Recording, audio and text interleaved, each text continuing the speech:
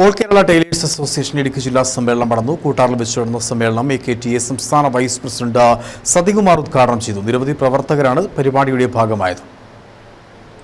ജില്ലാ president KV Raju പതാക ഉയർത്തിയതോടെയാണ് സമ്മേളന നടപടികൾക്ക് തുടക്കമായത്.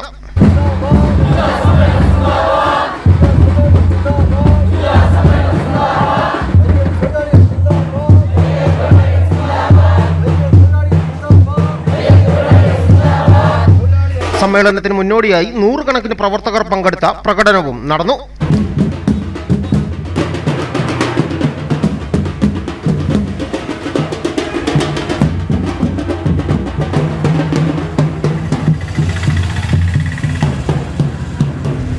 ജില്ലയിലെ 16 ഏരിയകളിൽ നിന്നായി തെരഞ്ഞെടുത്ത 300 പ്രതിനിധികളാണ് സമ്മേളനത്തിൽ പങ്കെടുത്തത്.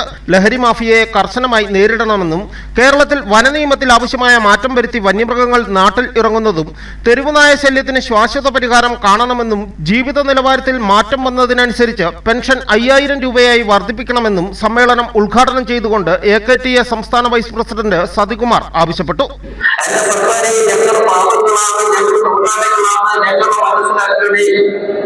എന്നവരുടെ ഓർമ്മപ്പെടുത്തിക്കൊണ്ട് ഇന്ന് നമ്മളുടെ പ്രദേശം എന്താ ഞങ്ങൾക്ക് ഈ വരുന്ന തെരഞ്ഞെടുപ്പിലെങ്കിലും നിങ്ങൾക്ക് പറയാൻ സാധിക്കണം, ഇവിടുത്തെ പാവപ്പെട്ട സാധാരണക്കാരൊക്കെ ജീവിക്കുന്നതിലേക്ക് വേണ്ടി 5000 രൂപ പെൻഷൻ, ആ 5000 രൂപ പെൻഷൻ കിട്ടുന്നതിലേക്ക് വേണ്ടി നമ്മൾ നിലവിളി നടത്തേണ്ടിയിരിക്കുന്നു.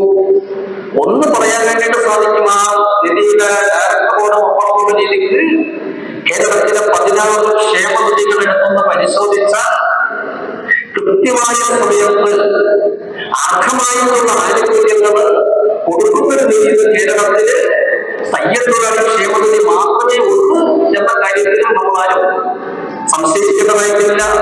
സംഘടനയിലെ അംഗങ്ങളുടെ മക്കളായ കോട്ടയം മെഡിക്കൽ കോളേജിൽ MBBS പാസ്സായ അജയ് വേണുഗോപാൽ, CA പാസ്സായ ശിശിര ശശിധരൻ എന്നിവരെ സമ്മേളനത്തിൽ ആദരിച്ചു.